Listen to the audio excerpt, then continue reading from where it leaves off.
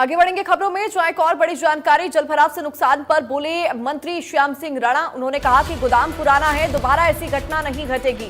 यमुनानगर की sugar mill में बर्बाद हुई करोड़ों की चीनी, मिल में हुए नुकसान पर मंत्री श्याम सिंह राणा का बयान सामने आया है।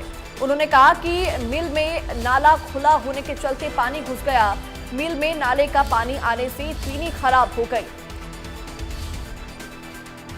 ये बड़ी खबर आपको बता रहे हैं, जहां यमुनानगर की शुगर मिल पे जो करोड़ों रुपए की चीनी बर्बाद हो गई थी, उसके ऊपर मंत्री श्याम सिंह राणा का बयान सामने आया है।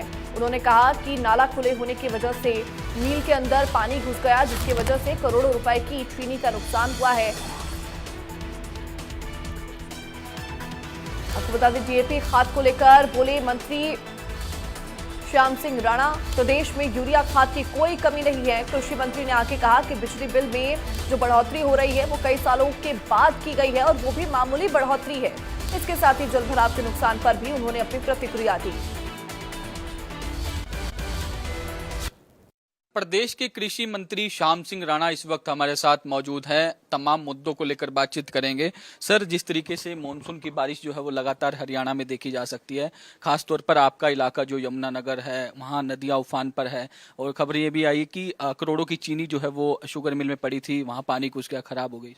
देखिए, शुगर मिल की सूचना मैंने अखबार में पढ़ी थी। 50 करोड़ की चीनी खराब होने का ही अखबार में मैसेज आया था। ये वो देखा मैंने, पढ़ा उसको।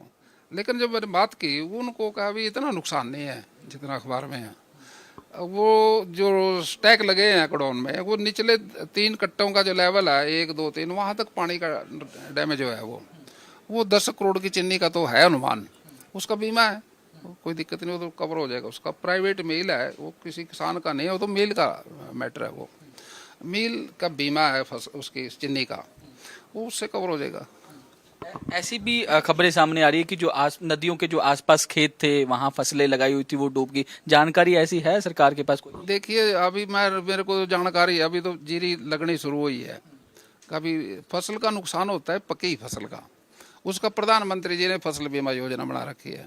वो भाई जिसका कोई नुकसान होगा, प्रधानमंत्री फसल बीमा योजना है, क्षतिपूर्ति पोर्टल है। प्रधानमंत्री जी के अलावा मुख्यमंत्री जी हैं। कभी सूखा पड़ जाए, कभी ज़्यादा बारिश हो जाए, मुख्यमंत्री जी भी 2000 रुपये पर एकड़ के हिसाब से इस बार मुआवजा दिया। सरकार की नेक योजनाएं है जो किसान को मदद करती हैं। अभी तो सीजन शुरू भी नहीं हुआ, तकरीबन अभी लगाने लग रहे हैं लोग। क्या डायरेक्शन है? धान की रुपाई जो है वो शुरू हो चुकी है, उसमें क्या किसानों को आपने कहा है कि किस तरीके से, क्योंकि जो डार्क जोन एरिया जहां पानी की कमी है, वहां किसानों को दूसरी फसल बोने के लिए भी कहा गया है? देखिए, किसान तो हमारे से ज़्यादा एक्सपर्ट है। जितने भी किसान हैं वो सारे अपनी खेती को नई थोड़ी कर रहे हैं, वो तो सदियों से कर रहे हैं। वो सारी चीज़ के जानकार हैं। अपनी फसल को अच्छी तरह से देखते देखते ही लगा देते हैं, देखते देखते पका लेते हैं, देखते देखते मंडियाँ भर देते हैं। किसान बहुत एक्सपर्ट है हमारे यहाँ। लेकिन किसान की जो फसल का नुकसान होता है वो सरकार करती है।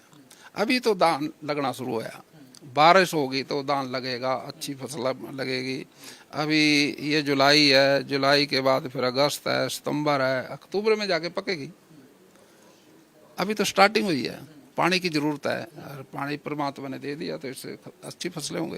मेरा सवाल ये था राणा जी, जहां पानी की कमी है, एरिया जो सिरसा फतेहाबाद इलाका है, इस एरिया में किसान जो धान लगाते हैं, सरकार ने एक ऐलान किया था कि इस फसल को छोड़कर अगर दूसरी फसल लगाएंगे तो सरकार जो है वो सरकार को किसानों को अप्रिशिएशन भी करेगी और उनको जो अलग से जो सरकार की ओर से स्कीम की तरफ से पैसा दिया जाता है वो भी दिया जाए। हाँ, आप जो पूछना चाह रहे हैं मैं वो समझ गया बात आपकी।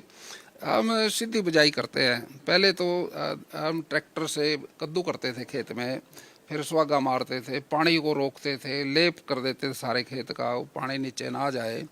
वो परंपरागत खेती करते आ रहे हम। अब सरकार कहती है अभी थोड़ा बदलाव करो, जैसे गेहूँ बोते हैं ना मशीन से, ऐसे धान बोना शुरू करो। अब उसको खेत को पानी दो। पानी जब जाएगा खेत में, वो पानी खेत में कुछ समा जाएगा, खेत गिल्ला रहेगा, उस गिल्ले से वो धान उगेगा, जाम जाएगा। और जब तक वो पके ना, उसको ऐसे ही पानी देते रहो। उसमें पानी कम लगता है और वो धान की बिजाई भी जल्दी पकती है। उसमें फ़ायदे बड़े हैं। एक तो जो हम लेबर से लगाते हैं वो पैसा बचता है। एक हम ट्रैक्टर से जो कद्दू करते हैं परंपरागत करते आए, उसमें नए टायर चाहिए हमारे को, गारे में घसा टायर नहीं चलता, वो उसमें खर्चा ज़्यादा आता है उस सिस्टम में। इसमें तो कोई खर्चा ही नहीं है, इसमें तो सीधा आज इसका जो अगर किसी का टायर पुराना है उससे भी मशीन और देगी, और जब ओरेगी उसको लेबर का पैसा बचेगा। वो जो भैया लगाते हैं, गाँव के लगाएं, कुछ भी लगाएं, और ये धान जो उगेगा इसकी जड़ मजबूत रहेगी। उसकी जड़ इतनी मजबूत नहीं होती, वो गारे में होती है, ये गिल्ली मिट्टी में है, ये बारिश से हवा से नहीं गिरेगा खेती है इसमें, और पैदावार भी बराबर की होगी। ऐसे जो किसान करेंगे, जो सीधी बिजाई करेंगे, उसको 4045 रुपये सरकार मदद करती है। जो आप पूछ रहे थे भाई, धान की बजाय दूसरी फसल करें, वो मक्का, बाजरा, ज्वार वो करें जो लगातार 3-4 साल से धान की फसल करता आ रहा अपने खेत में, वो छोड़ दे और मक्का बो दे, और पिछले 3 गिरदौरी उसकी धान की है, फिर उसको 8000 मिलेंगे।